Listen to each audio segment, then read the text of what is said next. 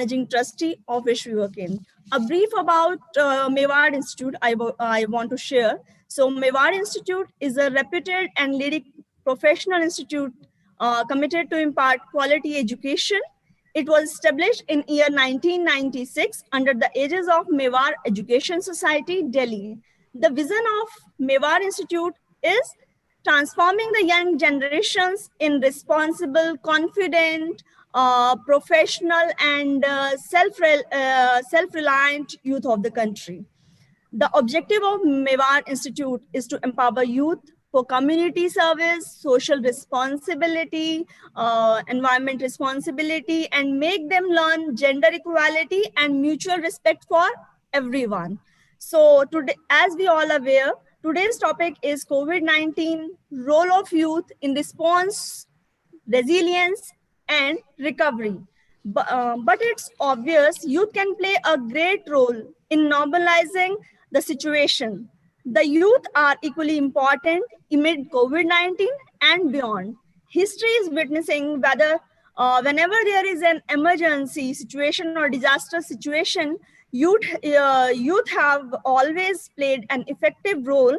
Either it is controlling the situation, controlling the disaster during disaster, or in the face of rehabilitation and resettlement. There are great issues in front of us, including access to health, education, and education facility, creation of employment, and many more. Hence, today's topic keeps immense importance and relevance. For this purpose, there are three eminent speakers we have today who will share their thoughts, ideas, and practical approach on the subject. In the series of welcome, first of all, I would like to welcome Dr. S.V. Iswaranji, who will address us on education, that is changing scenario and future prospects. So a very warm welcome to you, sir. We are highly pleased to have you on the panel, sir. It's a great opportunity for us to listen from you, sir. So, and on the panel, on the second speaker, as second speaker, we are having Mr. Rishi Pathania ji, who is head CSR, UPL Limited. He is going to address us on education, employment, challenges, and opportunities. So good morning to you, sir. A very warm welcome to you. And we are highly delighted to have you on the panel, sir. It's a great experience to listen from you, sir. So thank you so much, sir, for having us with you. And our next speaker, Dr. Dipanjan Sujit Rai ji. Good morning to you, sir. He is going to address us on health. That is the main basic aspect, which is very essential in today's COVID time. That is response, resilience, and recovery. Good morning and very warm welcome to you, sir. We are really eager to hear you on this very prominent and very important aspect for today's times. So I would like to welcome all of you on the panel, and it's really we are very privileged to have all of you on the panel, sir. So now I would like to request Mr. Rajat Thomas. One more thing, before giving the session, taking over the session to Rajat, I would also like to thank Dr. Ashok Kumar Garia ji, who is the chairman of Mewar Group of Institutions, Professor Dr. Alka Agrawal ji, Mewar Group of Director Mewar Group of Institutions, and Ms. Nivedita Tiwari ji, who is going to take over question answer session. So it's, I think, without taking much time, I would now request Rajat, the moderator of the program, to please proceed forward and take over the session.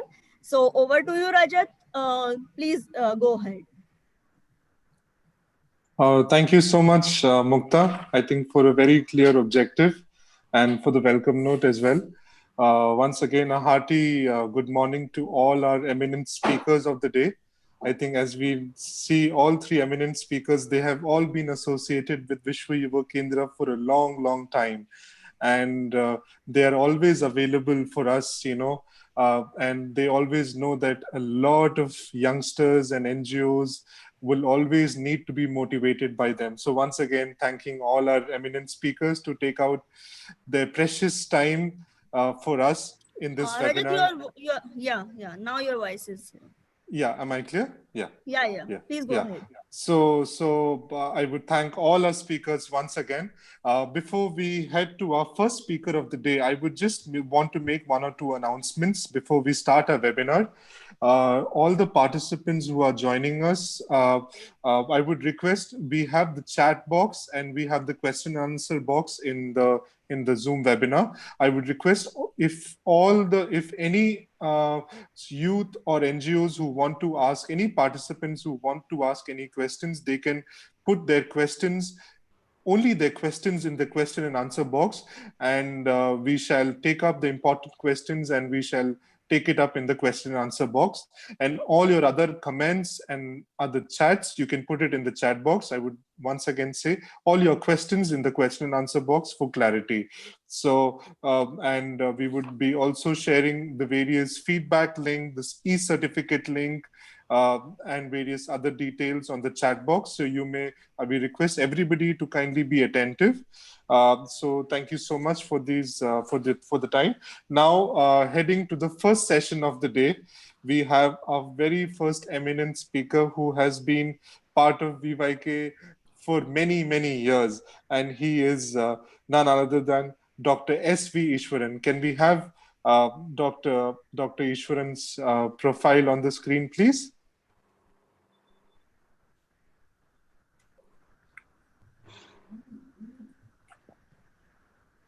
Yes. Dr. S.V. Ishwaran is the former Dean and Head of Department of Chemistry at the St. Stephen's College, University of Delhi. He has been the former principal at Deshbandhu College and honorary professor at Amity Institute of Environment Toxicology, Safety and Management, Amity University. He is a visiting scientist at the Regional Center for Biotechnology, RCB, NCR Biotech Science Cluster, Faridabad. He has received numerous awards like the Dr. Abdul Kalam Lifetime Achievement Award of the Society of Biomedical Scientists of India, the Indian National Science Academy Teacher Award, Teacher of Eminence Award for lifetime dedicated to undergraduate teaching. This is a very, very, very brief profile of Sir. We have known Sir, and whenever we listen to him, we really, really get motivated by him. And he is such a strong personality who is full of energy and zeal, and he loves to interact with youngsters, especially. So, sir, we are so privileged to have you today, sir. And so the session is all yours to take, sir. Over to you, sir. Thank you. How do I go to the full screen? There you are. Wonderful. Good morning to one and all. It's a delightful opportunity to be together, to be talking and sharing some thoughts with each other. First of all, a word of gratitude to the Vishwa Yuva Kendra for inviting me to join this session. Mr. Ajit Rai, Mr. Uday Shankar, Rajat, Mukta from the Vishwa Yuva Kendra, Dr. Deepanjan Roy, whom we have known each other previously, I understand, Mr. Rishi Pathania, one of the co-panelists today, and very strong personalities, as I see from the write-ups, Nivedita ji, Mr. Ashok Kumar Gadia, who is the chairman and founder of Mewar Group of Institutions. With all respects and bowing down to each one of my co-participants and organizers and thanking them, I get along to my major points that I wish to put up. In the short time allotted to me, I will not be trying to complete a course. That is very clear. So let's go back to my PowerPoint if it opens. 1 minute. I think I have to open this. And I hope the PowerPoint is visible. Yes, sir. Yes, sir. Wonderful. Yes. This is a call to the youth of India. And I find a very large number of participants who are present. And I shall try and keep to my schedule, starting at about 11:15 minus 1 minute, I notice on my clock. And hopefully some of the points, if not covered, can be taken up the question answer session. There are a few exhortations. Those in Vishwa Yuva Kendra know that if I come there in physical form, which most of us now in these COVID times find it difficult, there are a few exhortations. I would have wanted the group to chant together with me, but maybe with all the microphones switched off, it is difficult to do so. So let me try. Dhanam priyavak sahitam. Dhanam priyavak sahitam. You may generously donate. You may give somebody a gift. Do it with a gentle, good voice, good words, soft words.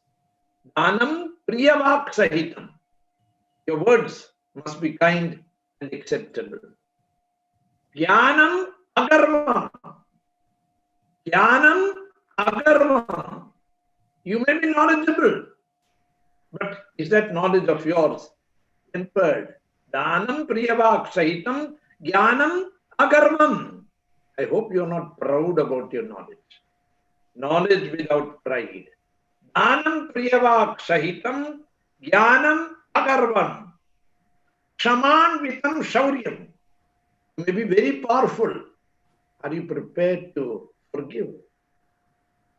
Kshama. Kshamanvitam shauryam. Vittam tyaga sametam. You have a lot of property, sampatti, but are you in a mood to give and share? That means you have tyag, renunciation in you. Dhanam priyavak sahitam jnanam agarvam kshamanvitam shauryam vittam tyaga sametam durlabhametam chaturbhadram.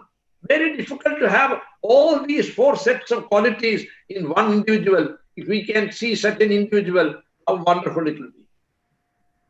Jamano, udo. Jamano, udo. और उड़ना सीखो पर दोनों पांव हो जमीन पर. जमानो उड़ो और उड़ना सीखो पर दोनों पांव हो जमीन पर. इसकी ट्रांसलेशन मैंने खुद की है. Fanciful imagination rooted in reality. Since the title given to me is concerned with education, a sector with which I've been associated for more than 52 plus 5, 57 and a half years, 5 years as a student, BSc honors and MSc, and then teaching and research in one of the premier colleges of India. What an opportunity with the new education policy 2020. I'm not going to speak on the new education policy. Much has been written, much has been discussed in newspapers and media. But I want to bullet a few points. 10 universities, educational institutions of higher learning have been selected as centers of excellence. They have been very generously funded. At least one problem of funding is taken care of. Hopefully, these centers will produce great knowledge once again in India. You don't have to go abroad, but anywhere you discuss with any foreign educationist or an employer, the IITs have become a brand name. The CV is not required almost for such a candidate. A well-funded new brand of institutions are the so-called ICERs, Science Education Research Institutes. Government of India has, among other programs, instituted what is called DST Inspired Scholarships for students who have scored well in the school examinations for them to continue in science. Kishore Vaigyanik Protsahan Yodhana. I'm a scientist, so there will be a lot of talk from my side about science this morning. But I hope I will also include simultaneously a word that we have to go beyond.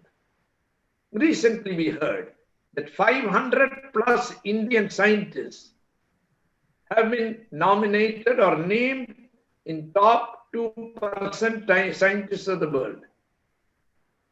Hasn't India put the Chandrayaan and worked on the Mangalayaan? Aren't we in the forefront in space research? These are our success stories from my viewpoint, which indicate that the future of India is indeed great. I shall raise a few questions shortly, but do not expect me to give you time to answer the questions just now. During the question answer session or subsequent to this meeting, I would like to receive your answers to those questions that I may ask. Indian CEOs, I don't have to name them, Pichai onwards, are now CEOs of top companies of the world. Indian diaspora in the United States, Kamala included, I mean Kamala Harris, United Kingdom, Australian and New Zealand elections, Indians are very visible. One point that was important and difficult in the past, I think India has overcome that to a great extent, education of women. But combined with education for the poor and the underprivileged, in the rural part, working class, labor class, those who are deprived or financially not well off, I think needs great attention. What is this problem of everybody scoring 100% marks? In our times, this is never the case. There was a broad spectrum of values from 100 to 0. Multiple choice question examinations are very easy to evaluate. But do these combined with the coaching centers which have cropped up all over the country? I'm not talking about their need. I'm only asking them, is there creativity? It's a short circuit, short, route to success. Let me give you an instance of another problem. A young man came to me from Tamil Nadu a few years ago, 2016, for 6 months as a trainee. He was registered for BTech, MTech course in a university in Tamil Nadu. Mother's income per month was 300 rupees. His Mamaji contributed the 6 lakhs required for the 6 years. I asked him, how is the teaching? He said, what teaching, sir? GL. I said, what do you mean by GL? Sir, guest lectures. On every topic, we get a guest lecturer who gives a 1-hour talk and goes away. We never meet him. Another state university, I don't want to name. Student has worked with me. I've trained him for nearly 5 years. No laboratory experimental work was done in 5 years. I understand jobs are going to be created in the artificial intelligence sector. They're going to be bound by artificial intelligence in almost everything that we do. Are we prepared for it? Now, this is the central part of my theme this morning. I think, I may be wrong, but I'm putting up a new point, at least a new direction. Can educational institutions also be manufacturing and production centers? Is it possible? What does it mean? Let me explain. Educational institutions, in my opinion, are not just for teaching, instructing, examining, certifying the students who have passed the exams, but could they also be production centers? Active pharmaceutical ingredients, APIs, the manufacture of these active pharmaceutical ingredients has moved to China, and India has lost its preeminent position. It was around 1990, in a small 10 by 10 room, more than 10 students worked with me. On the first day, they worked in two large open labs after college hours to produce 400 grams of a new compound. Not at all surprising. Every one of them is a professor. Yeah, I would have wanted them in India, in top American universities. What am I saying? Can students and faculty together during and post-college hours, if it's possible, produce. I'll only give one example. From my experience, this can be translated in all areas that we teach and study in a college or an institution of higher learning. I hope I've clarified my point. As an example, I want to highlight. Is it true that or false that India gave paracetamol to the world during the COVID-19 crisis? And colleges, universities not produce and become doubling up as production centers. Anybody commenting on paracetamol? Any participant wanting to comment on paracetamol? Actually, India was able to supply to the rest of the world paracetamol. But what has happened to the manufacturing of active pharmaceutical ingredients? It has moved away from Gujarat, from Hyderabad, from Tamil Nadu to China. Why should we allow that to happen? We have so many capable youth in this country. Today, for a change, I hope the organizers will allow me. I'm going to highlight very quickly in brief some of my work in the recent past. That is, in the last 8 years, post my retirement at the age of 65, 8.5 years. This is unbelievable work. Why am I going to highlight this? This can be taken as a call to the youth of the country to join Vishwa Yuva Kendra. It's NGOs connected with the Vishwa Yuva Kendra. The doctor who is with us with a degree from the Armed Forces Medical College, Dr. Roy, the Mewar group of institutions, where so many young people are joining and studying for higher degrees. Can they join the kind of work that I am doing and I have done in the recent past? I shall not spend much time on it. So each of the slides will be quickly moved over, but I'm open for questions and answers in the session post the talks that we have this morning. 2020, I published a paper. The name of the molecule given is by me. It's called Fularazirman, fullerene, aryl, aziridine, manganese. Can you see the color of these two tubes, the contents? They are pink in color. The electron spin resonance spectroscopy, that is ESR or EPR spectrum taken in JNU is shown along with it. This activity of this compound is comparable to that of the most commonly used anti-cancer drug, doxorubicin. In a given experiment, fullerene is very costly, but prices are dropping. I produced the Fularazirman to the extent of 85 milligrams. How can you treat cancer patients if you have only 85 milligrams? Who's going to produce this? I need hands. I have written in this paper that I am prepared to produce, or we applied for a patent in 2018, provisional, regular patent in 2019. We do not want to make money out of it. What I have suggested is that we, with no profit, no loss basis, the money that we put in or somebody else puts in, we produce this in larger amounts so that it comes to the benefit of cancer patients worldwide, provided what I have published in this paper in 2020 is tested the world over. Are the young people in the audience listening to me ready for such work?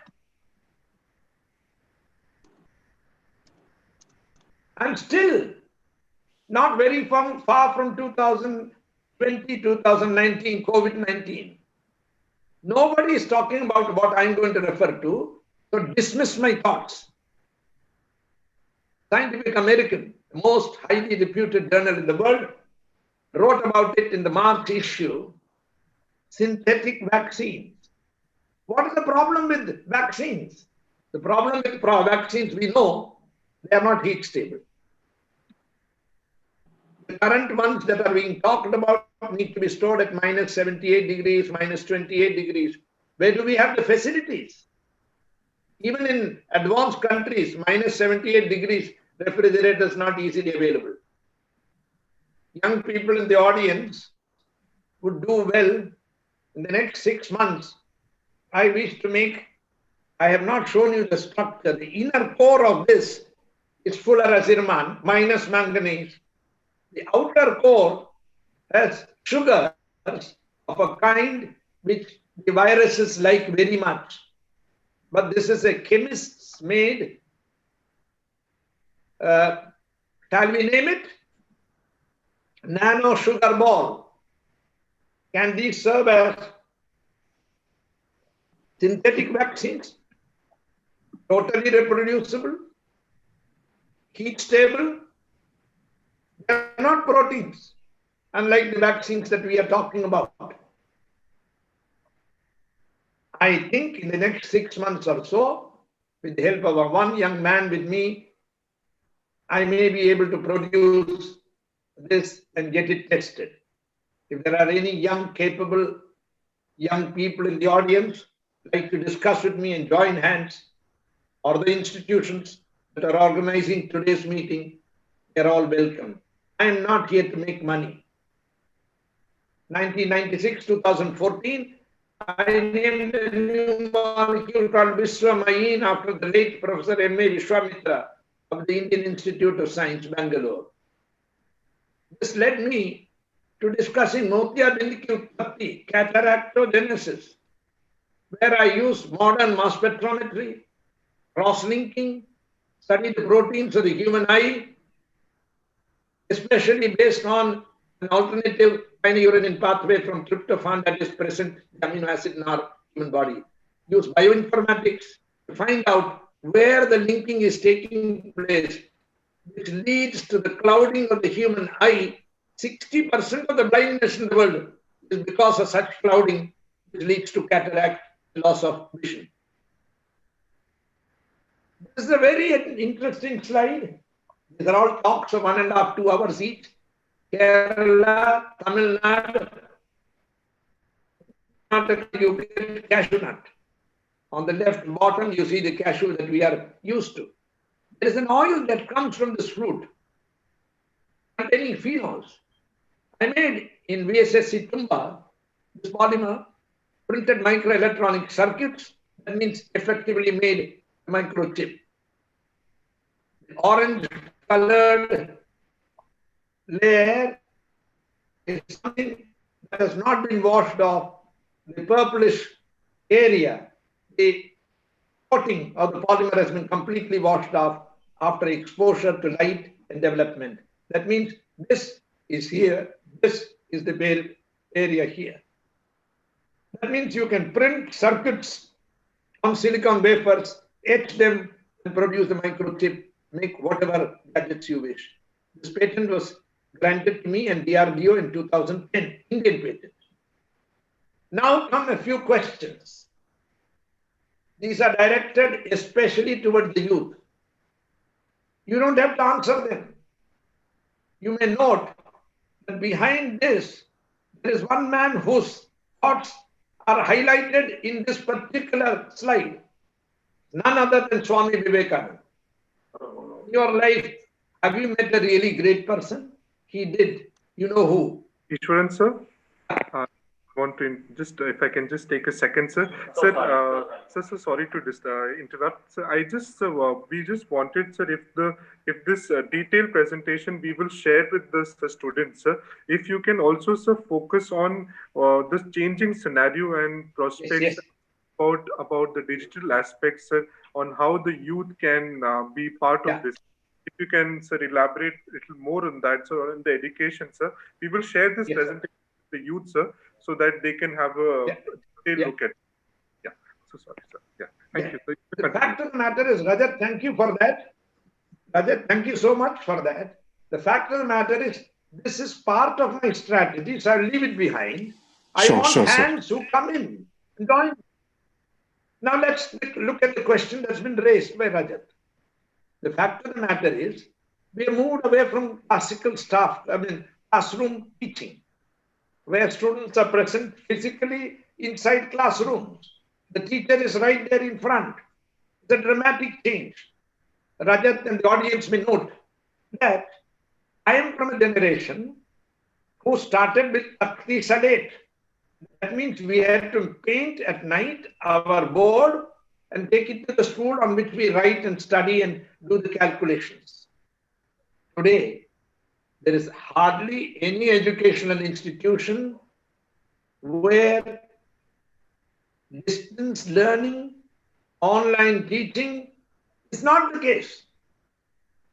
Remarkable opportunity for the teacher. I mean, this is the first time in this year, this is the fourth online talk that I'm giving, including an international conference talk.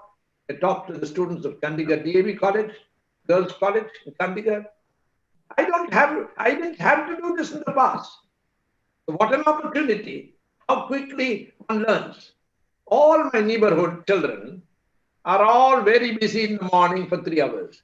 You ask them why. They say, online class chal raha hai. That's where, Rajat, a question comes up. How do we ensure this reaches every section of the society? I asked the worker woman who comes to my house, I asked, she's a new worker, भाई कितने बच्चे हैं, क्या उम्र है? She said 3 children, 18, 17 and a half, 17 and 14. कैसे पढ़ाई कर रहे हैं?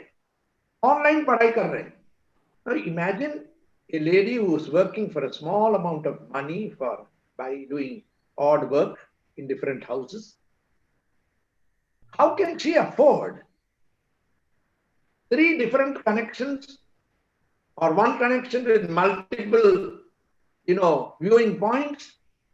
Can you imagine that this family can afford or get 3 laptops, even 1 laptop? How do you ensure connectivity? How do you ensure availability power? I make this point with great care.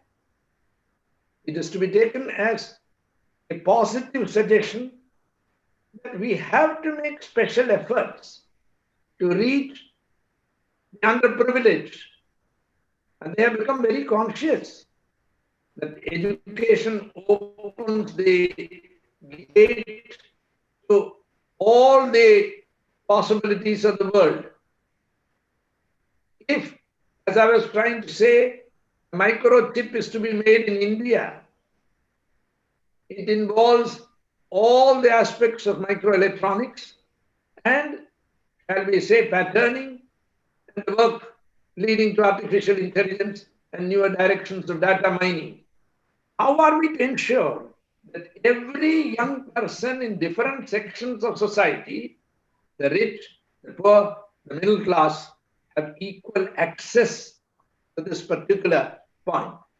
I would like to go back to one point that I made and emphasize in the last phase of my talk.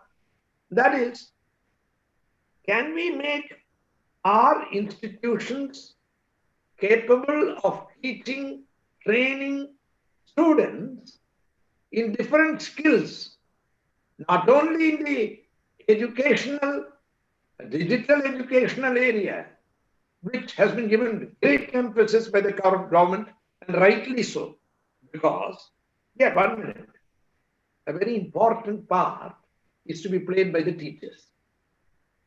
How do you train teachers? Or do the teachers get left behind? In fact, in most offices, you may notice, very often the senior people in the office are not so comfortable with modern gadgets, including the potential of their, shall we say, the high generation mobile phones or their laptops. So invariably an assistant has to come in and help. This should not be the case in the educational institutions. You can't be depending on the growth of this sector based on contributions only from the young people. I think as much as providing facilities for the young is very necessary that we provide training, latest training on the most modern gadgets to the teachers periodically. Let's go back. What is the current scenario? I think the last 1 year, COVID-19 has given us a great possibility, a great opportunity. What are the future directions? The future directions are the tremendous gains that are going to happen in the next phase have to be tempered with, just like the vaccine being talked about, how will you price it? How will you ensure it reaches every section of society, different parts of the country which are not easily approachable, weather and distances apart? Same thing holds for education. I personally feel this is an important opportunity not to be missed by us all, and we are all participants in this process. How many of us, unlike the young people, are at home with Java script? How many of us know aspects of data, big data mining? How many of us know areas of artificial intelligence? I think these are undoubtedly areas. Is the microchip being made in India? Will you only ask foreign companies to come and set up microchip manufacturing units in the country? My feeling is our own young people using natural products available in India should be able to produce the microchip, do the very large scale integrated circuit drawing, and use these for modern gadgets which we are buying largely from multinationals abroad. It is time, for example, before I close, I know my time is just about the right time as I plan to close. The fact of the matter is that when we talk of very large scale integrated circuits, artificial intelligence, shall we say, gadgets being made in India, very often our education lacks focus in the sense that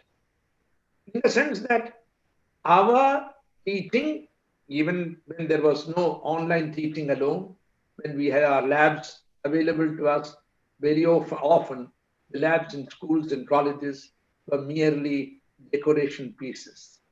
They were rarely put to use. So as I try to conclude my presentation, I would like that young people also pick up areas. For example, there are words, new words in our dictionary which we have not known before. Every child knows social distancing. Every child knows so many new words which are. I think we have not only to ensure that children and youth are aware of what we have been wanting to put up, but also make sure that I want to conclude on the small note before I close, Rajat. I'm not taking time. We have to ensure that the moral and ethical values of Indian youth are preserved. अभी किसके हाथ में है? Is a translation in my own Hindi of a very important shloka from the Bhagavad Gita. A German Nobel laureate who actually was involved in the Manhattan Project spoke about the fact that when he saw the atom bomb first explosion, controlled explosion, it appeared to be something like 1,000 suns rising simultaneously on the eastern horizon. Yet another shloka from the Bhagavad Gita. Why was this German Nobel laureate keeping a copy of this holy book on his table while he's watching that wonderful atomic explosion, controlled explosion in the Manhattan Project? I want to conclude on this note But India is a spiritual nation. We must ensure that while we move towards material prosperity, while we ensure educational possibilities and opportunities to every citizen, every young and old person, we must also ensure that in the COVID times, not only looking for a vaccine, maybe a synthetic vaccine, man-made, which is not, as easily damaged as the vaccines of the day, which need cold storage, minus 78 degrees and whatnot, but also ensure that we may have alternative medicines like the ones that I mentioned, the nano sugar balls, which could help our communities. Thanking all the organizers and the participants, I conclude that this is a message to the youth to join hands, produce new gadgets, new materials to combat COVID-19 disease. It is a pandemic. The word pandemic is also a new one for many of us. We knew of endemics, now pandemics. Yet India should not lose its spiritual wealth, which the world is waiting for, because there are many, many situations in the world during the lockdown period where people have found it difficult to be left all alone. Thank you for your patience. Thank you so much, sir. I think it has been a really, really enriching session, and I think you have mentioned a lot about your work as well and about education linked with that, and we would surely, on behalf of VYK and Mewar, we thank you, sir, for taking out time for this presentation, sir. So we would want you to be a part of the other sessions as well, because we will be having the question answer. Very much here. Yeah, we will be having the question answer session, sir, in which we will, I think the students will be posting the questions which we would need to ask you in the end, sir. So thank you once again, sir. So now moving to thank you so much, sir. Now moving to our second session of the day, I would now welcome our esteemed speaker, Dr. Dipanjan Sujit Roy, who is the team lead strengthening CPHC in urban areas, PWC ADB. I would just request Manjunath to share sir's profile on the screen. Dr. Dipanjan Sujit Roy is a senior public health professional, an academician, and an implementation expert with almost 30 years of experience. He has worked in the WHO, US, CDC, UNAIDS, UNICEF, and and various international NGOs, and as well as Government of India as well. He was awarded with the Global Health Achievement India Award by US CDC for his contributions towards developing and adopting global public health policies. He has more than 20 years of international experience spanning over various continents around the world. So we thank you for taking out precious time and for the youth. Sir has also been part of the VYK for many years. So we thank you once again, sir. And sir's topic would be health, role of youth in health, response, resilience, and recovery. So we would request you to kindly, sir, keep your presentation more towards how the youth can be a part of the health sector in the response, resilience, and recovery related to COVID-19, and how they can be a very integral aspect, sir. So we would want you, if you can focus more on that, on how the youth can be a part, sir. So the session is all yours, sir. Thank you very much, Rajat. And first of all, a warm welcome to all of you, young students and others. That they are our primary, audience. So, as a customary thing, first of all, let me congratulate Dr. Ishwaran for a wonderful and a very fact and a hard-hitting presentation. Thank you, sir. You have been excellent as usual. So it's a wonderful thing. And my other co-panelist, Mr. Rishi Patania, welcome on board in this. And I must acknowledge, thank you, Vishwa Yuva Kendra, for allowing this opportunity that I can speak on this webinar for at least the youth, because we need the youth. Let's be honest. Without the response, you're looking towards an absolute different situation. COVID-19, it's completely different. And any of these different situations require differential or more disruptive interventions. And disruptive interventions cannot be brought by people like us who are already gray-haired. Okay, it can be brought only by youth. Let's face this. Let's start the topic in this. I have structured my presentation with a little bit of a background information, and then we will keep it open. And I invite all of you to ask as many number of questions to clarify your doubts at all levels. And whatever I can, in this session, I would definitely love to put forward. So can I share my screen? I think we can, no? Right? Yeah, I do have the authority, looks like. So that's nice. Can you all see my screen, please? Yes, sir. Is it full screen now? Yes, sir. Now it's full One, screen. huh? Yes, Full sir. screen. Yes, sir. Yes. Please go ahead. Full screen, right? Okay. Yes. So this is just a customary slide. I won't waste my time on this. First, quickly, many of us are hearing this COVID, and I'm sure WhatsApp universities, as well as our information, social media and other information blitzkrieg, which you get at all times, are hammering you with lots of information. Oh, this is happening, and this is what is important. This is what is there. Let me quickly get back to what are the facts. It's important to know the science behind anything. It's important to understand what is the fact-finding things. It's just like taking over from Dr. Ishwaran and saying, let's understand the reality and then take the necessary steps. So what is coronavirus? What is COVID and all? I'm sure you must have already heard about these things a lot. But just as a recap, I want to put forward are a large family of viruses. Primarily, you're looking at virus, and it has got a lovely corona, like a crown of a king. So that's how it is called, with all those kind of lovely, extrusions which are available in the virus outer layer. So that's why it is referred as the coronaviruses.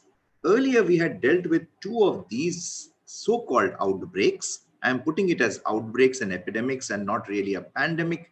I won't go to the details. This is not a class. So obviously we are looking towards something which we had MERS, Middle East Respiratory Syndrome, which was earlier from the corona. And more importantly, would have heard about SARS, the Severe Acute Respiratory Syndrome, which had come in. This one is the latest in the series of this coronavirus outbreaks. It's taken a shape of pandemic. So what is this virus? It's primarily a zoonotic. That means it's come from animals. Somehow it has got some genes, some change of something that has started infecting humans. Animal viruses usually don't infect us because of the genetic incompatibility to survive in our bodies. But somehow this creature or this virus has become more clever and probably acquired certain genes and is able to do this. Fine. We always talk about Wuhan. I'm sure Wuhan was never known to any one of us, but suddenly it is in the news and most of us know about it. So first detected in Wuhan, China. So that's why it's been in news. Then looking at the next issue, that humans become infected with the novel coronavirus of animal origin, this already has a precedence, which means it is happening with some level of regularity over the period of time.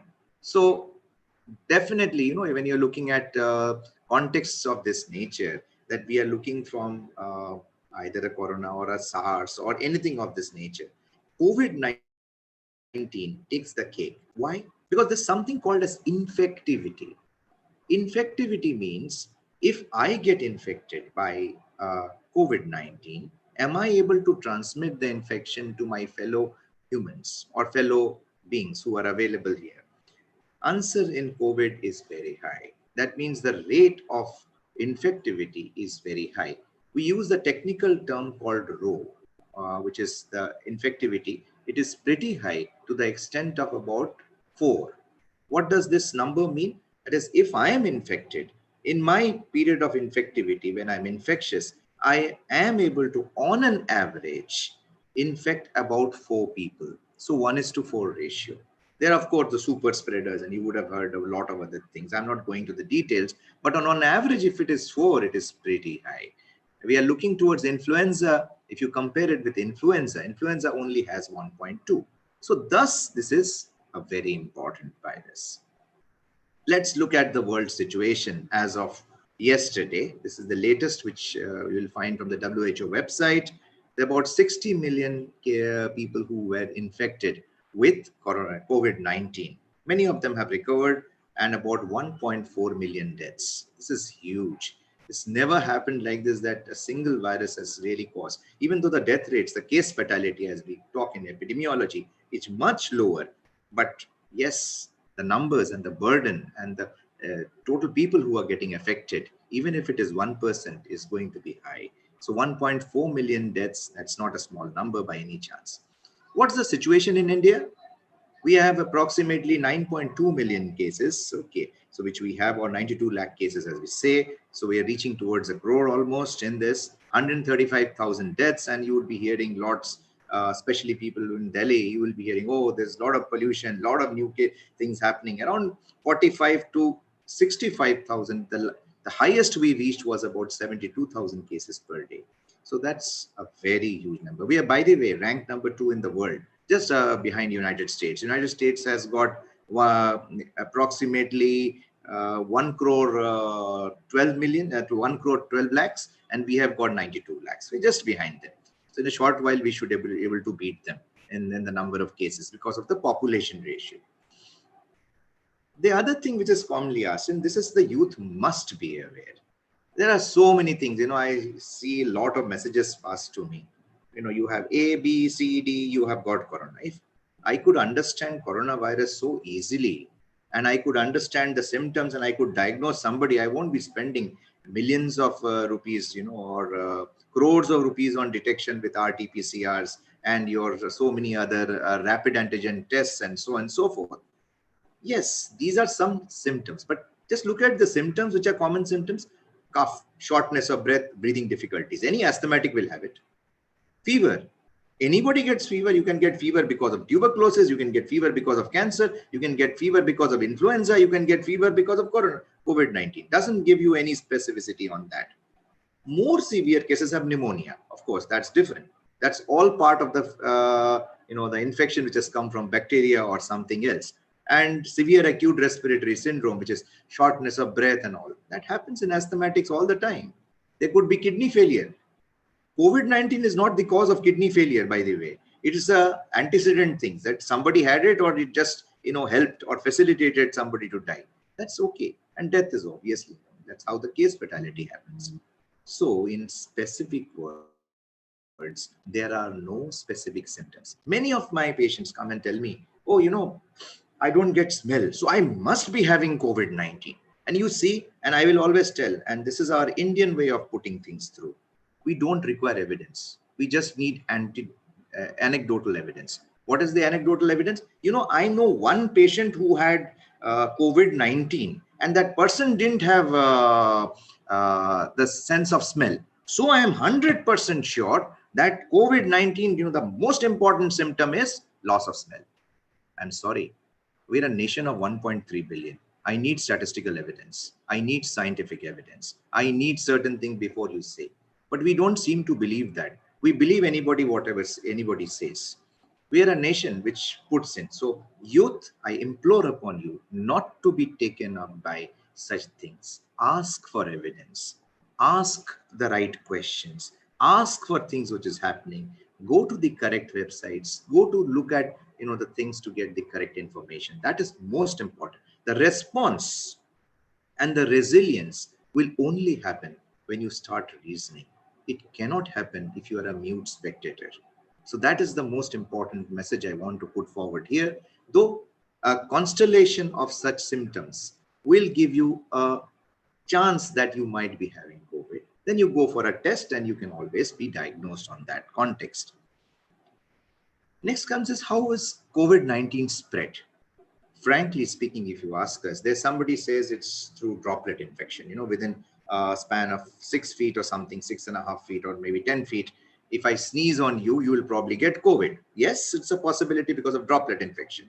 Some says, no, it's a respiratory. It still stays in the air for a long period of time. Some says that, you can put it on the table or on the mobile phone and it's going to live for about maybe 5 weeks. And if I somehow touch this mobile phone, I'm going to put my hands in the nose, I'm definitely going to get COVID.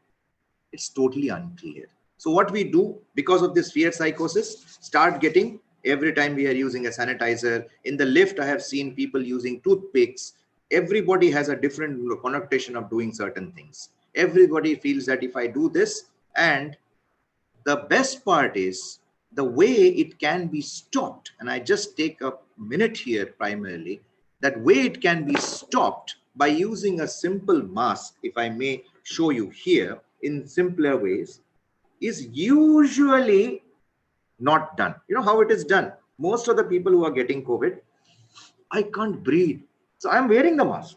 See, I'm wearing the mask. My nose is completely free of the mask. I'm wearing the mask. So I'm mentally 100% assured. But when I get it, I say mask doesn't work. Why? Because of simple reason that this thing should have been here. It's an N95 mask you have got. If you use it properly, you will be able to press it and get this thing. And that is how it is going to stop you. You don't need an N95 mask. You can use any mask. But for God's sake, please do not put it like this, or even wear your helmet. As they say, when you're driving a motorcycle, put your helmet on hand. It's supposed to protect your head, not your hand. So that's the most important thing. I want to make sure that whatever we know as of today, the scientific evidence must be put into practice. So youth, please understand and get the truth behind the whole situation. So possible is close contact. If somebody has COVID, isolate.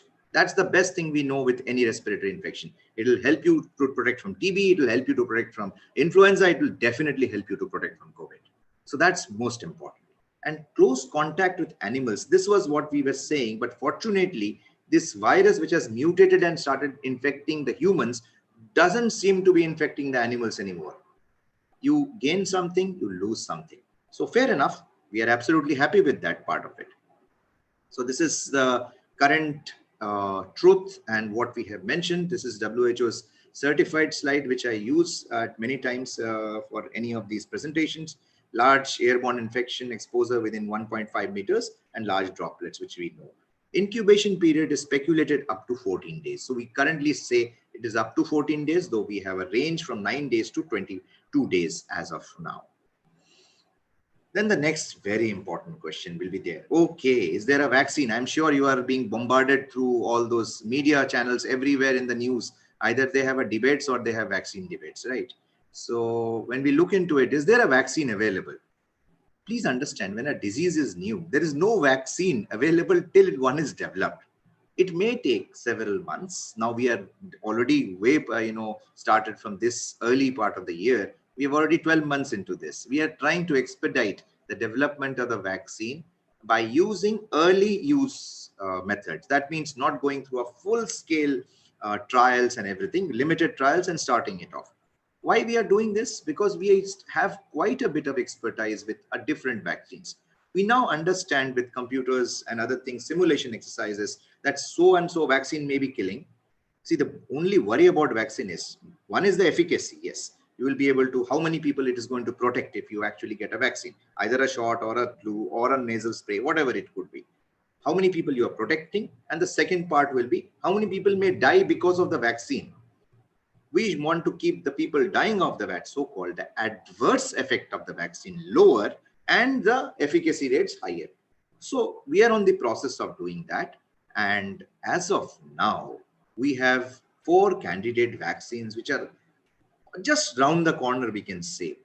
And this is WHO's reality check fact sheet. If I just go, 48 candidate vaccines are available in the clinical trials. Each one is trying their best. Whoever comes to the market can make the maximum money and also, serve the people, and they will have a lot of pride. So the humanity is really putting every ounce of its energy. All the good brains, all the good people are putting day in, day out, 24/7 efforts in this to get the vaccine. I'm sure within a short period, you will get a vaccine. Dr. Ishwaran was mentioning about the current vaccines which are going to come with -70 and all. Yes, the Pfizer vaccine is -70. The Moderna vaccine is a little bit more heat stable, but it's nothing very great. It's -20. And keeping those and giving it to the villages and all that is a nightmare. So we will have to perhaps look into and look for more conventional methods of simple using masks, washing hands, I won't say social distancing, but physical distancing. We've used the word social distancing and keeping ourselves away, but physical distancing is what is most important for us to be kept in view. So this is the vaccine. The other part is there a treatment for COVID-19? Current, yes, we have limited treatment options. As we progress towards getting a vaccine, there is more effort towards saving people, all the people who are dying. We have now got remdesivirs and some of the antivirals which can act directly onto it. We also have certain amount of specific medications which are available, hydroxychloroquine, etc., which might help in putting things or making the disease much less severe. We also have certain things like anti-cancer development drugs or IL-6 inhibitors which are available. I'm speaking a little bit more technical, not going to the details, but as of now, yes, you must know it is available. It is available in most of the COVID centers we have from the government of India or otherwise. So things are okay. It's the case fatality, that is people who are getting COVID and people who are dying. The numbers are going to fall till we almost get it to negligible proportions. We currently have the case fatality in India, we'll show you, is around approximately 1.4%, with the global case fatality is around 2.35. So we are much lower than global case fatality in this case. So this is fine. But here is where you must, the youth comes in the treatment. If you have anybody in the society, if you have anybody around you who are probably getting COVID or have COVID, please help them out. Try, how do you help? They are isolated, they're probably quarantined, at home quarantined or something. Please provide the necessary, as a youth, you should be able to support them if they're old people or not able to come out, or even your own, colleagues who are there, the same youth. Provide them with the food, provide them with the mental support. Please understand, staying at home and suddenly getting the disease also has severe mental trauma and other things, which we cannot take care unless and until somebody comes in. You speak to them. Speaking on phone is not going to get you COVID. Definitely not. If the virus could be spreading by this, I'm sure then it would have been a different disease altogether. But that's not the case now. Next is, if anybody is ill, please take proper precautions, and you can travel with the people to the next, to the hospital and support them. Just take the proper precautions. Don't put it under your nose. Put it over your nose, and any kind of mask is perfectly fine. It at least protects by 70 to 90%. If not more. And if you keep the social distancing, it protects you much, much more. So that's what I can talk about the COVID-19 factors. And these are some of the other slides which I have, because I see that I have time only till 12:10. That's what the timing was given. I don't know if I have a few more minutes which I can go through the slides, or how is it, Mr. Rajat? Yeah, sir. You can take a few 2-3 minutes, and so you can slowly give sure. the slide. Just a 5 minutes more so that I can just go through some of the things which it's a messaging for the youth primarily. So first of all, it's whenever you are going anywhere or doing anything, please understand. First, protect yourself, protect thyself, and then protect others. Because if you are not protected, others cannot be. So what can I do to protect myself? First, frequently clean hands by using alcohol-based rubber, soap, or water. Whatever it could be, just wash it off, the virus goes away. Whenever you're doing it, why? Because the major problem is, it's not about the hands get infected. Hands will never get infected.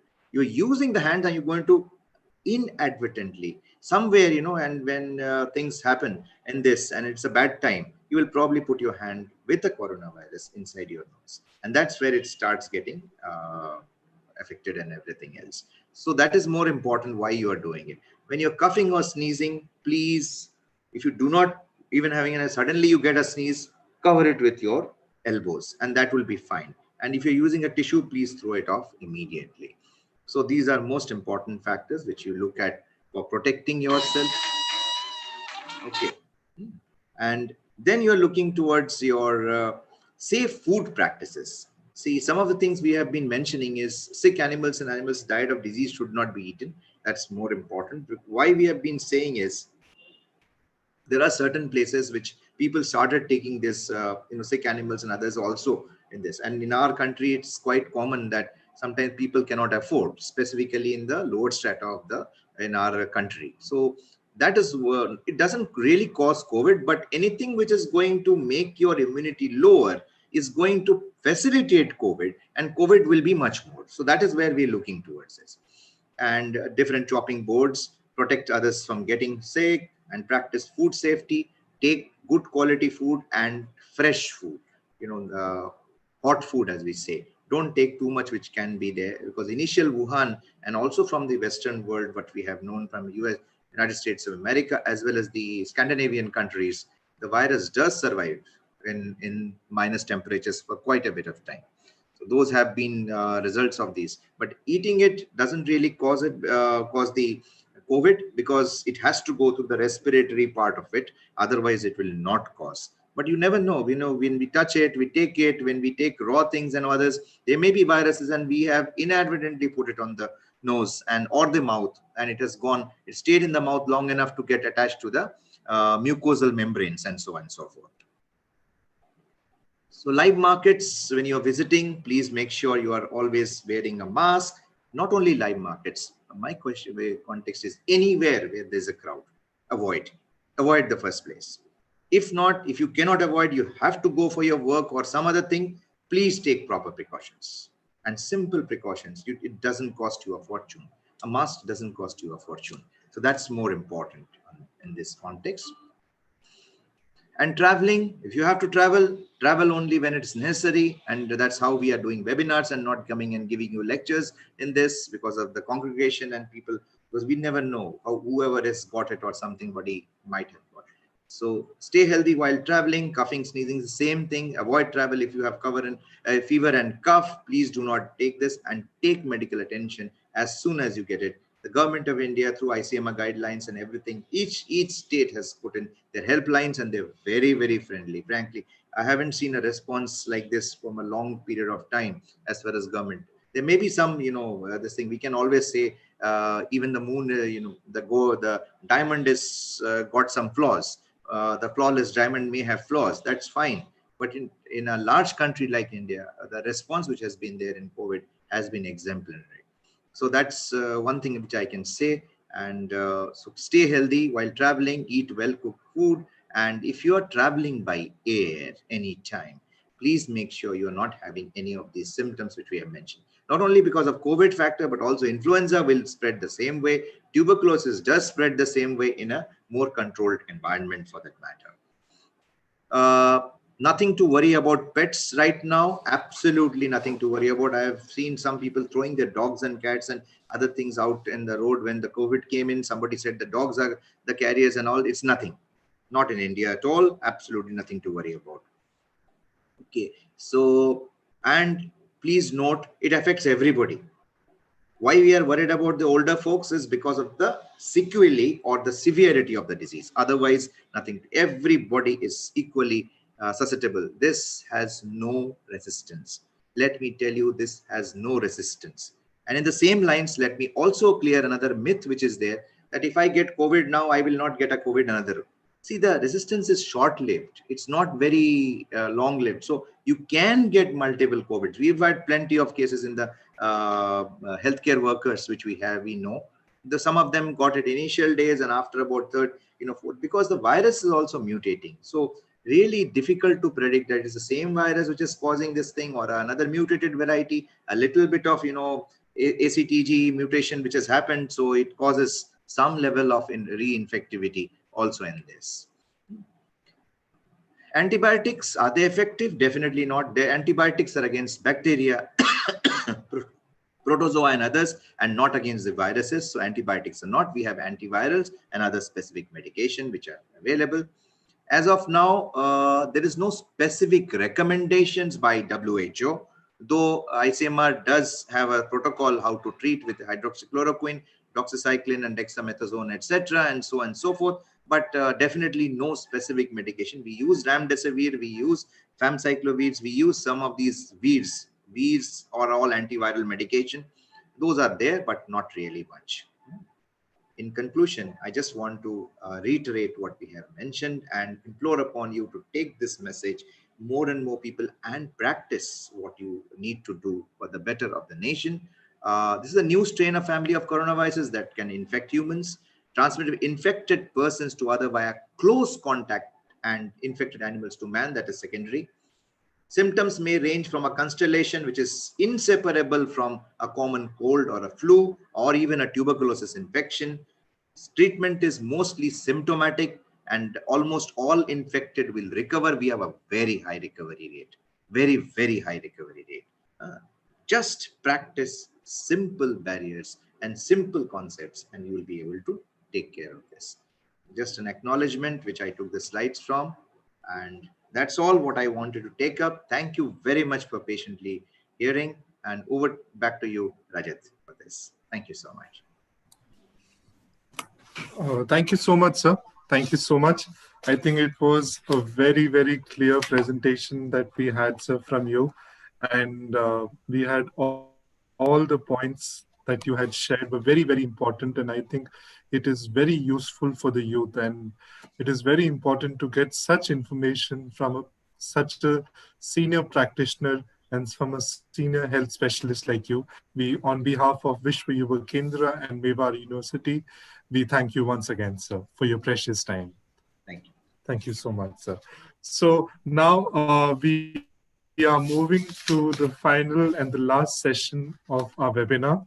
One of the most important sessions, which is employment, which has been severely affected through COVID. And youth are playing a major, youth are being affected majorly in this. And we hear so many youngsters, passed out from college, so many youth who are experienced as well, who are losing jobs or are finding themselves in very, very difficult situations. So to introduce our last speaker of the day, he is Mr. Rishi Pathania. He's the head CSR, United Phosphorus Limited. If I can just request Manjunath to kindly put his profile on the screen. Yes, Manjunath. Yeah, thank you so much. Mr. Rishi Pathania is the head of CSR at the UPL Group. He has worked with grassroots NGOs in Bareilly and with multinational NGOs in Ranchi as well. His experience of working with small NGOs, multinational NGOs, corporate CSRs has helped him in understanding the complex relationships between the various dimensions which are affecting humanity today. He is a keen and active. He has a keen and active interest in policy advocacy that has earned him a position in different advocacy forums in national and international. To share a bit more, I think Udayji always mentions about Rishi sir, about what kind of a professional he is, and he always mentioned an overall person who has a very good relation starting from the grassroots to the most highest corporate sector. And that is a very important, aspect, or I must say very important. I think that's a God-given gift on having such a good communication with the most grassroots sector. Like Ajit sir has mentioned that UPL and VYK, was almost going to tie up together, but because of COVID, that could not happen. But surely we would be very happy to collaborate with UPL once the COVID is over and work with Rishi sir as well. Though I have never met him, but I have always heard good words from Uday sir from him. And he's also attended two of our programs in Ahmedabad as well. So we thank him for that, and we thank him today as well, sir. So today we have so many youth who are part of this program, sir, from the particular college of Mewar University as well, and from other universities around the country. So we would want you to focus mainly on the employment challenge, the challenges and opportunities in employment, and how we can some sort of income. So we would want you to focus on, sir, on farm and non-farm sector, on entrepreneurship opportunities, on skilled jobs, on unskilled jobs, on what and the job loss which has happened recently, sir. What are the alternatives for that the youth can do and in MSME, sir. So we would want you to go on overall aspects, sir, because like we said, income generation is extremely important for survival, sir. So we hand over the session to you, and we're looking forward to listen to you, sir. Thank you so much, sir. Thank you so much, Rakesh. Thank you, Mukta, and other team members from my kind of an organization, if I can say. Uday is a younger brother, so that's the reason he keeps on talking about me. There's no other reason. Thank you so much to all the team members. Thank you so much, Dr. Ishwaran, for this wonderful perspective on education. Dr. Roy, thank you so much. In fact, I was listening each and every word what you spoke about, and it was really kind of a reinforcement of what we have been listening and understanding it in a much better way. Thank you so much for that perspective.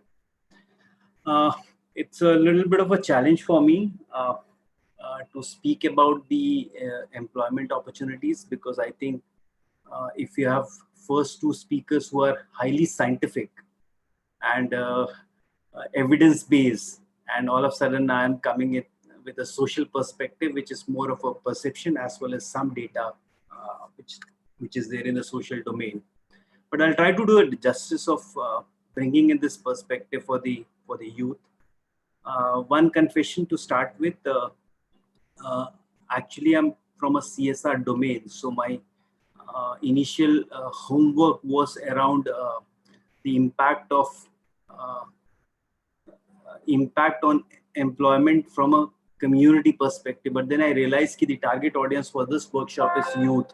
So maybe I just need to tweak a little bit and give that perspective in my discussion. So first of all, to my limited understanding, this is the worst global crisis since World War II. Maybe we have not experienced this kind of a global crisis. And when it's a global crisis, you have huge challenges. And it's important to know and understand the scale of challenge that we are into right now. And I'll talk only from an employment perspective, because I think that's a topic which is given to me. I think it has wiped out, on an average, 6.7 to 7% of working hours globally every quarter in last 2-3 quarters. That's equivalent to 195 million full-time workers globally. Worldwide, 2 billion people working in informal sectors, and mostly these are from the emerging economies like India. They are particularly at a big risk. More than 4 out of 5 people, that is around 81% of the global workforce, and that translates to approximately 3.3 billion people, are affected either partially or fully in some kind of a way because of this COVID-19. So we are not into a simple situation right now. We are into a very, very, very, very challenging situation. If I'll come down to India specific, some information, I'll refer to CMI report, which says that maybe around 19 million salaried people have lost their jobs since April 2020 to July 2020. The ILO report says approximately 4 million youths have lost jobs, specifically in construction and agriculture industry, mostly into the informal sector, if you can just see that. The worst part is the young people's employment prospects, specifically in Asia and Pacific, is severely challenged because of this pandemic. And the biggest hard hit has been to the youths, maybe people who are around 25 or into that age bracket. with a huge economic and social cost. One more number, maybe around 2/3 of firm level apprentice or maybe internships have been completely interrupted.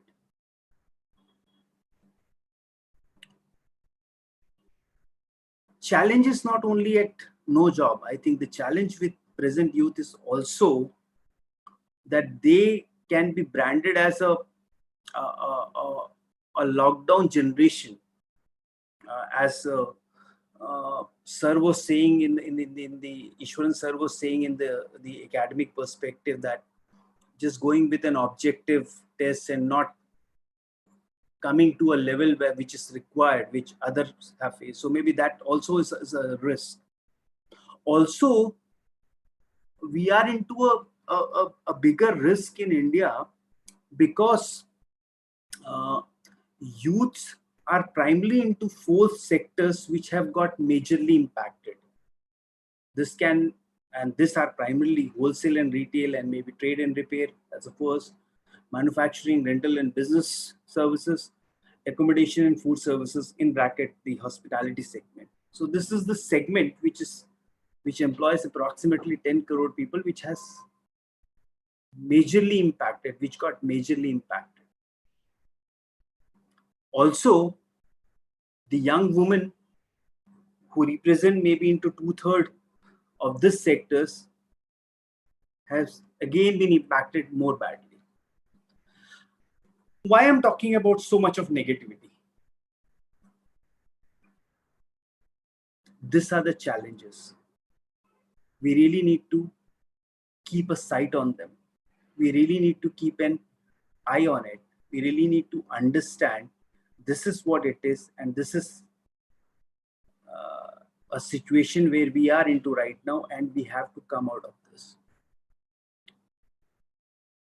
I think prioritizing the youth employment in COVID-19 recovery will be the major challenge as well as need of an hour. That's something that needs to be done very badly. Apart from obviously strengthening our medical system, which is in a bad state and which really got exposed because of COVID-19. Urgent, large-scale targeted response, including the wage subsidy or maybe a special employment programs and extra skilling which is required, will be done. Now, this is a challenge. This is a situation where we are into right now. What is the way forward and what are the opportunities? If this is a challenge, is there an opportunity? Yes. I'm very optimistic for this, and my optimism is not just out of my gut feeling, but because of certain data which I'll be sharing with you. I normally don't make presentation because I think it's better to keep it a little interactive and more into a discussion mode, which really helps everyone to come with their own views also. Frankly, no one knows right now what lies ahead, but I think job security is the top on the list of everyone who is working, or maybe all of you as a youth who really want to get into the work zone. As I said, no one knows the answer, or maybe where do we really are going and what really lies ahead. But I'll share with you some experiences which our RBI Governor, Mr. Shaktikant Das, shared in one of the CII forum in the month of August, 2 months back. According to him, there are 5 dynamic shifts that will happen in Indian economy post-COVID. And I think it's very important for all of you to make a note of this, I think, because that's where the whole changes will happen. And this are the 5 broad segments which will create jobs in future. The first one is agriculture. We have been listening a lot about doubling income and everything. And to everyone's understanding, the next wave of job creation would come from agriculture sector. When I say agriculture sector, it doesn't mean that we all have to go to field and work like a farmer, but I think there's a lot of other things that needs to be done in agriculture sector. From a food security perspective, we are a little better off, but I think there's a lot of scope to ensure that this food security remains in a long run. The estimates are the total private sector investment is expected to jump to around 1,40,000 to 50,000 crore from a present investment of 61,000 crore. So it's going to maybe the investment in this sector will be approximately 2.5 times of what it is right now. So we definitely see a good traction happening in the agriculture sector post COVID-19 recovery whenever that starts. The second industry that will see the maximum shift will be towards energy. I'm sure a lot of you are aware of and know that India is a power surplus country right now. We are generating more power than before, and in fact, we are exporting our surplus power to a lot of neighboring countries also. But the shift will be from a coal-based energy security to a renewable energy. As of now, renewable energy has a share of only maybe 23 to 24% in the overall energy production as of March 2020. But there's an opportunity to cut coal-based energy and coal-based economy and shift towards the energy sector, which is a green energy sector. So that shift will definitely happen, and precisely that's the reason the new jobs will be into that particular zone. The third one is IT and startups. They have played a big role in last decade, and with an investment of maybe around $16 billion in just 1 year, 2019, it's ever increasing now. So, and also the global technological churn is underway. Now money is moving more towards IT and startup as against the hardware and software, which used to be the earlier scenario. That really puts in the digital technology and analytical capabilities in the prime focus. I think Dr. Ishwar also touched this particular space, whether it's an artificial intelligence or whether it's a blockchain or whether it's a 3D printer and that kind of a thing. So that's definitely one zone which will happen. As a part of corporate ecosystem, I think the biggest opportunity that I see is towards global supply chain moving towards India. We have seen that, and we have been reading, and we have been going through different scenarios where now the global supply chain is coming out of China and it's moving more towards other countries. Although I'll not say we have been the biggest beneficiary or we have been the biggest recipient of that move. I think Taiwan has played a much better role. But I think there's still a lot of scope and a lot of movement that will happen. In last 1 year, I don't know how many of you know, but the 11 processes from Apple got shifted from China to India. So that is going to happen. And that is where jobs will be in future also. Because India's ranking in global supply chain is a lot lower than a lot of South Asian countries. And with this pandemic, there's a huge opportunity for Indian business to participate in the world supply chain system. So that's there, and that's going to happen. The last one is infrastructure, which is not going to saturate so fast in India.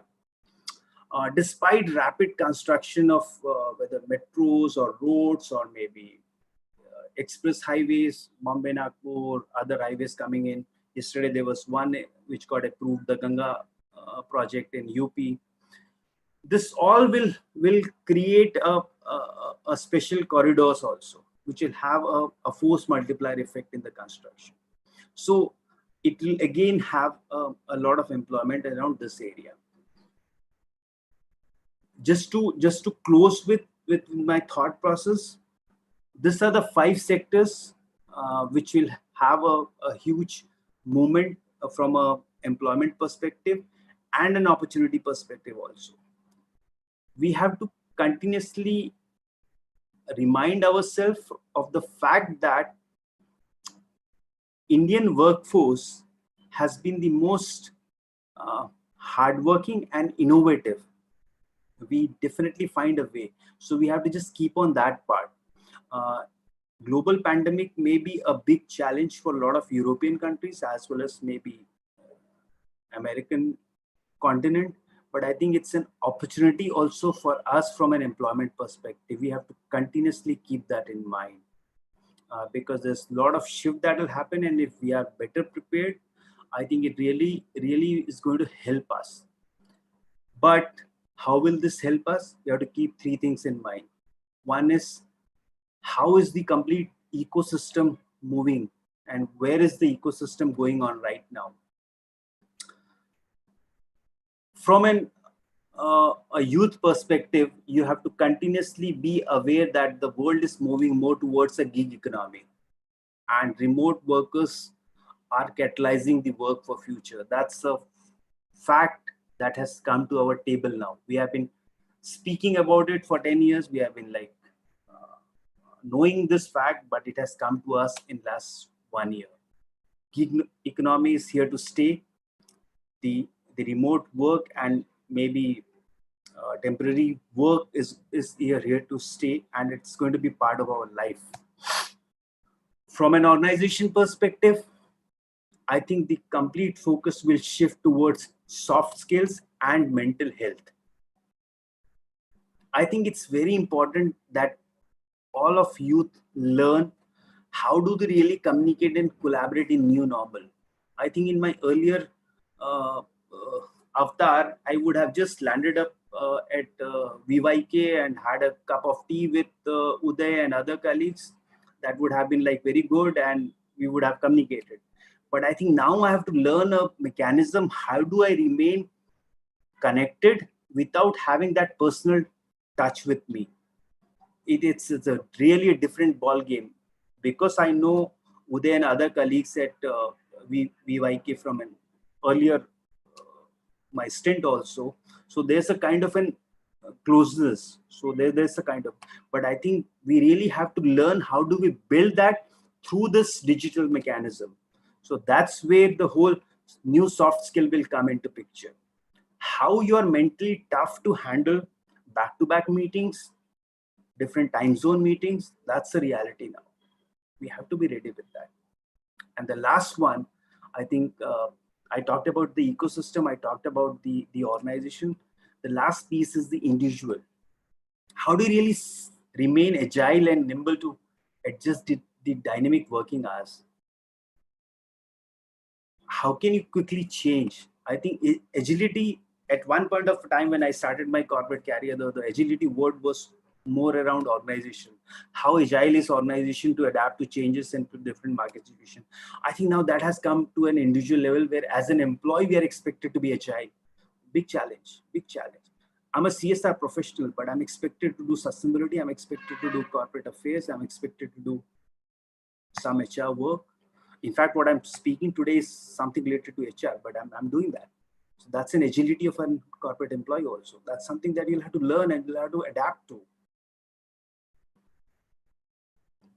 Finally, what is the common between GMG, Disney, FedEx, Electronics Art, HP, Microsoft, Adobe, Uber, Stripe, Airbnb, WhatsApp?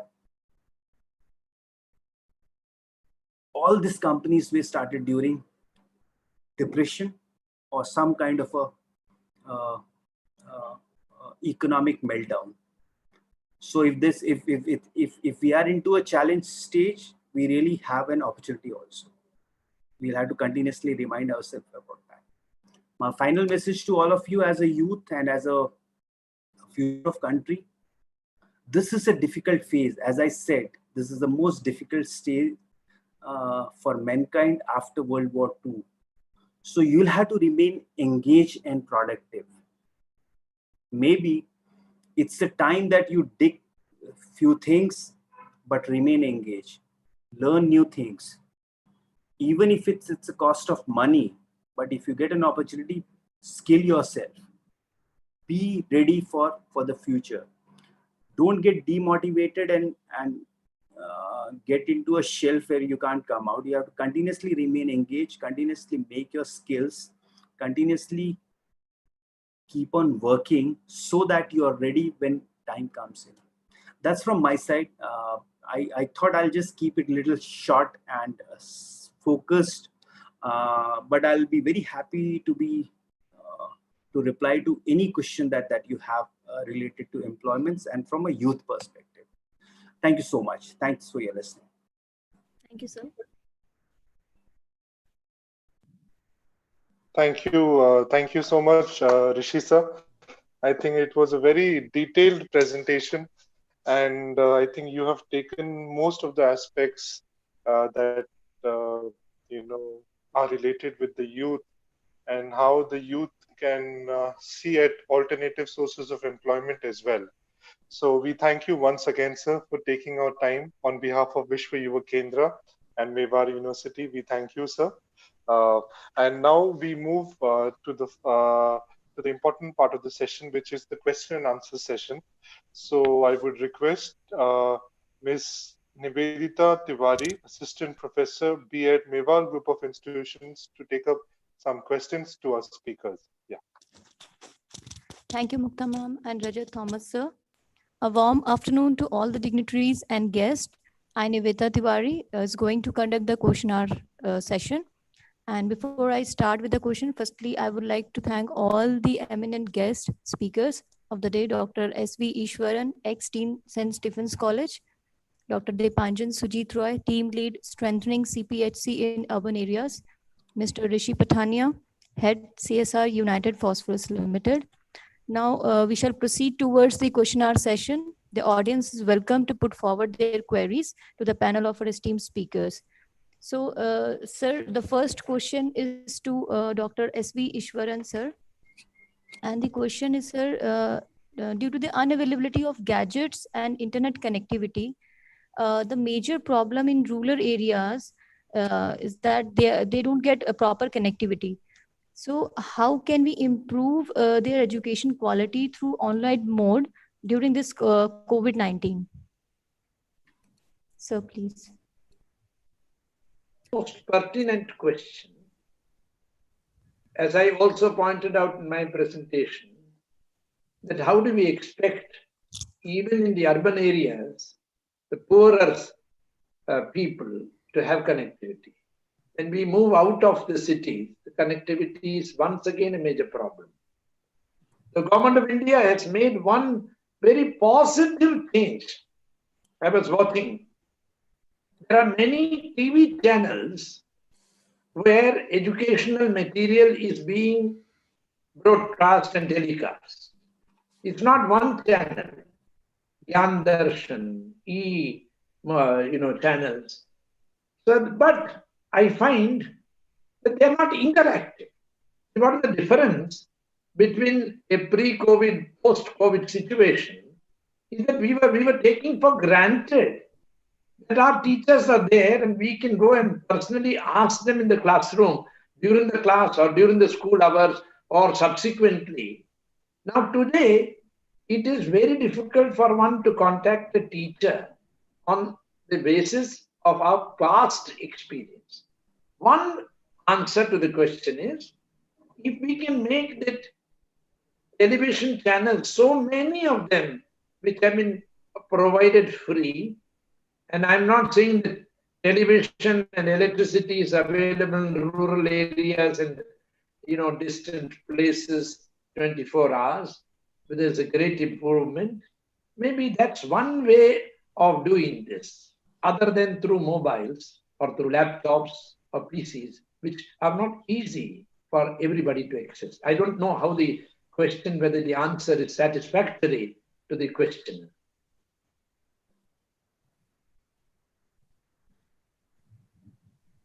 Thank you, sir, for enlightening us with your knowledge. Now the next question is to Dr. Dipanjan Sujit Roy, sir. In most, the fatality rate in India is low in comparison to other countries. And a few reasons are maybe our food habits or standard of living. Is it a myth or true, sir, in some context? I did answer Dipanjan most of the Sujit. chat questions already. So anyway, just reiterating the answer for all of you. We do have this kind of thing that India has lower case fatality rates. It's 1.4% as compared to the global case fatality of 2.35% if I take the denominators in both the cases, which may have its own data challenges, but that's okay. Since both the data are coming from WHO, so there is no problem of the increase. The reasons are manifold. First of all, the major reason could be that we do have influenza and other various diseases for which we have immunity to a certain extent. So that is a speculation completely. There is absolutely no specific study or evidence which is available. So we really cannot even go to that extent and say, this is there. But the speculations and what the medical fraternity feels is because of the context of your immunity not due to food habits. Those things are absolutely not part of it. And the other thing is, if you look at the case fatality specifically in Italy or Spain or in others, what has happened is they had already controlled the communicable diseases to a very great extent, and they hardly had any communicable disease deaths.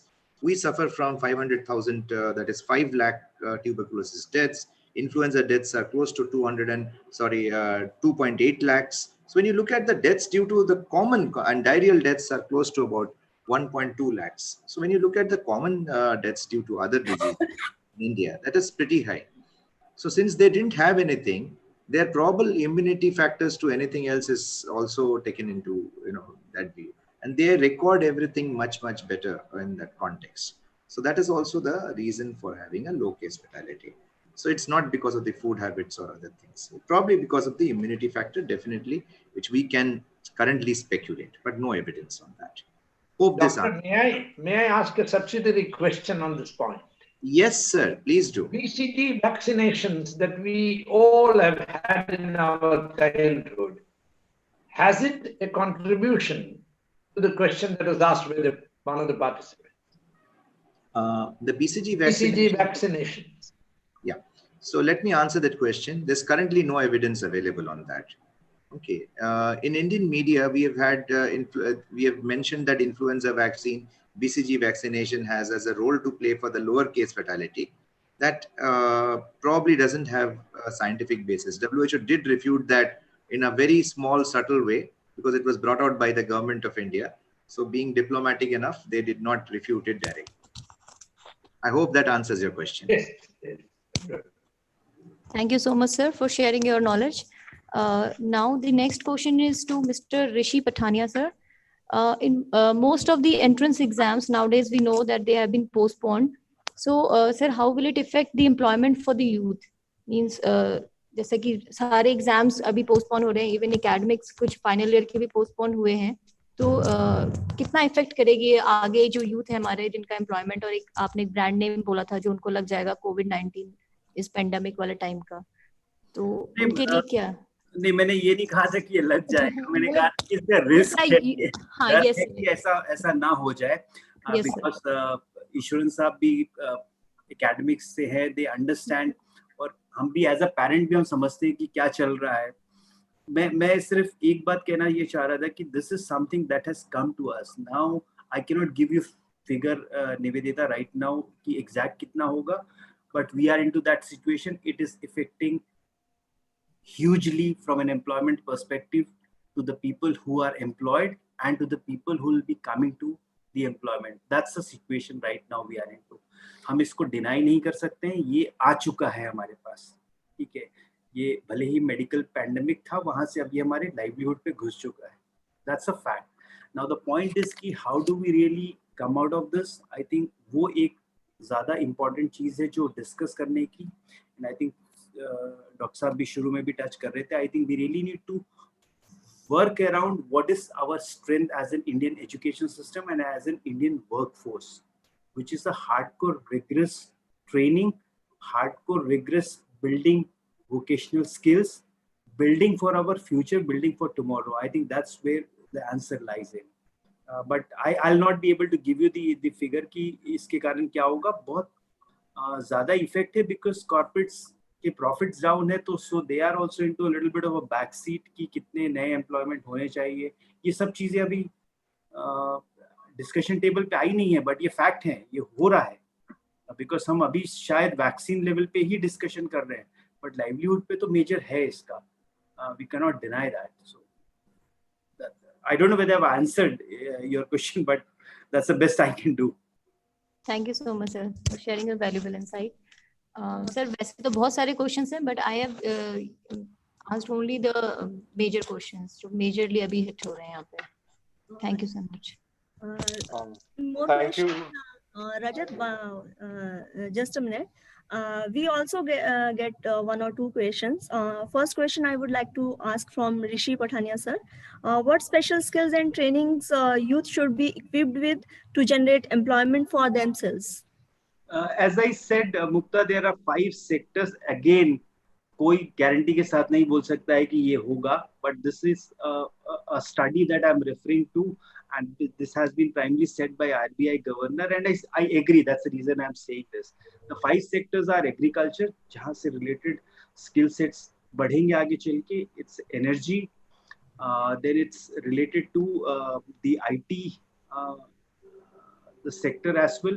So ये जो 5 sectors की मैं जो बात कर रहा था, ये कहीं ना कहीं पे ऐसा लग रहा है कि वहाँ पे ज़्यादा रहेगा. उसके सिवा I think the focus that youths have to do right now, and this I'm saying as a father also, this is something that I've said to my son also. You have to continuously keep on skilling. He's doing his engineering, so my submission to him is कि, and he's doing that also, कि आप workshop पे जाके करो. You're doing an online class, but you're not getting a practical experience. So how do you really keep yourself ready for future? So that's one thing that every youth has to think away according to their stream, that how do they gain practical experience, 1, 2, additional knowledge related to their stream. One simple example can be, if I'm a student of computer sciences right now as a youth, how do I get more information related to the future that we are seeing can happen, whether it's related to artificial intelligence, whether it's related to blockchain, whether it's related to 3D printing. This all are happening. So this will happen. So how do you really upskill yourself? Upskill is the right word in whichever stream and whichever domain you are, so that you are ready, because the transition will happen from global market towards Indian markets in the global supply chain. That is something that we all are visualizing will happen. We will be a beneficiary of that as against a net loser, which will be maybe Europe or maybe the related countries. But I think we'll be the net beneficiary of that. But we'll have to be ready for that. As of now, we have not benefited because Taiwan and other countries have really benefited from that. Thank you, sir. Thank you so much. May I sir. add a brief comment on this question? Yeah, sure, sir. Please, sir. As I try to exemplify in my talk and ask the question, can colleges and universities become minor production centers? It is not only related to my subject, whether I produce kerosene, paracetamol. Let us look at the chartered accountant. To become a chartered accountant, the person has to be trained. It's no longer in ledgers and with pen and ballpoint pens or what. It is all done on the computer. The question is accounting procedures in India. But we are going to look at the global scene. What are the accounting procedures abroad? What are the legal implications abroad? Do we know only Indian laws? Or are we familiar with laws of different countries? In terms of finance, in terms of accounting, I have myself very brief reference. I was appointed a commissioner by the Bombay High Court on behalf of the High Court of New Jersey. So I had the role of a judge. The question was asked, the first question in a 4-day session, confidential sealed session under the Hague Convention. Question was asked, which procedure will be followed in your court? Will it be the American laws or the Indian laws? The meeting was being held in Bombay, in Taj Hotel. Now I leave the audience to think about the answer to the question. The case is between two American companies. Evidence is being collected in India. Tell me which laws will apply, American laws or Indian laws? So a young Indian must be ready for an international exposure in accounting procedures, in financial matters, in legal matters, in social matters. This is an additional point I wish to bring. But skill upgradation and production in colleges must be considered. This will be very close to the Gandhian view of everybody producing something for the society. Thank you. Thank you, sir. Thank you so much. And one question is from Dr. Dipanjan, sir. How can we encourage youth to become health warriors for the underprivileged? Thank you, Mukta. See, the youth needs to take the cradle. That is very important. And how do they become warriors for the underprivileged? Is by donating their time, by donating their energy, by donating this thing and carrying the right message. That is most important. Not only for COVID. COVID is only one part of it. It's a kind of pandemic which is happening. But we have issues of maternal and child health in the country. We have issues of communicable, non-communicable disease, heart diseases. There are cancers. There are non-communicable diseases, we say. So the youth needs to take up this correct messaging towards all these underprivileged communities. And more importantly, health is very closely associated with hygiene. So health and hygiene, if we are able to take the little hygienic measures, it does not cost money. It's just a simple measures like before eating, hand washing. Okay, so those are small things which are there in most of the underprivileged slums, and especially this is in the urban slums. Our health in the urban slums, what we have seen from our different data sets which are coming to Government of India, is that the health in the urban slums is far lower and far worse than what we find in rural communities. So I think the youth today needs to become not only other warriors, but I would say a health and hygiene warriors in the community. Thank you. Thank you, sir. Thank you so much. Rajat? Yeah, please proceed, Rajat. Thank you so much, Mukta, for the questions, and thank you so much, Nivedita, as well for the questions. Just wanted to share with you, actually, Dr. Ashok Kumar Gadia and Chairman Meva Group of Institutions and Professor Alka Agarwal, Director Meva Group of Institutions, will not be part of the concluding ceremony as they are tied up with some college meetings right now, and as they have informed us. So I would request Ms. Nivedita Tiwari, Assistant Professor B at Meva Group of Institutions, to kindly give the vote of thanks. And before giving vote of thanks, I would like to inform that VYK is organizing a webinar on the Agri Innovation and Entrepreneurship Development Program. It's an Agro Entrepreneurship Development Program that is being organized on the 4th of December, 2020. This is being organized by Vishwa Yuva Kendra and Reeds NGO, Tamil Nadu. And we will request the youth to kindly participate in this program. Now I would request Ms. Nivedita to kindly give the vote of thanks. Thank you so much, Rajat sir. Now I would like to thank all the eminent speakers for enlightening us with their wisdom words. And I would also like to thank Vishwa Yuva Kendra for giving us this opportunity to be a part of this webinar. Education, health, and employment. These are the main ends which are majorly hit by this COVID-19. And by listening to you all was actually like a blessing. And Meva Group of Institution has always been a part of Vishwa Yuva Kendra's most of the events, and we look forward more for more such events. And hopefully sir, हम चाहेंगे कि आगे भी इसी तरह से हम आपके साथ जुड़े और इस तरह से ही स्पीकर्स को सुने. हमारे यूथ जो आज के हमारे साथ जुड़े हैं, हमारे all the participants, उनको भी मैं थैंक्स कहूँगी और हमारे स्पीकर्स को मैं थैंक्स कहूँगी, मुक्ता ma'am and Rajat sir and all the other dignitaries who are in the panelists. Thank you so much, sir. और मेवाड़ ग्रुप ऑफ इंस्टीट्यूशन इसी तरह से आपके साथ आगे भी जुड़ा रहेगा. And thank you so much, sir.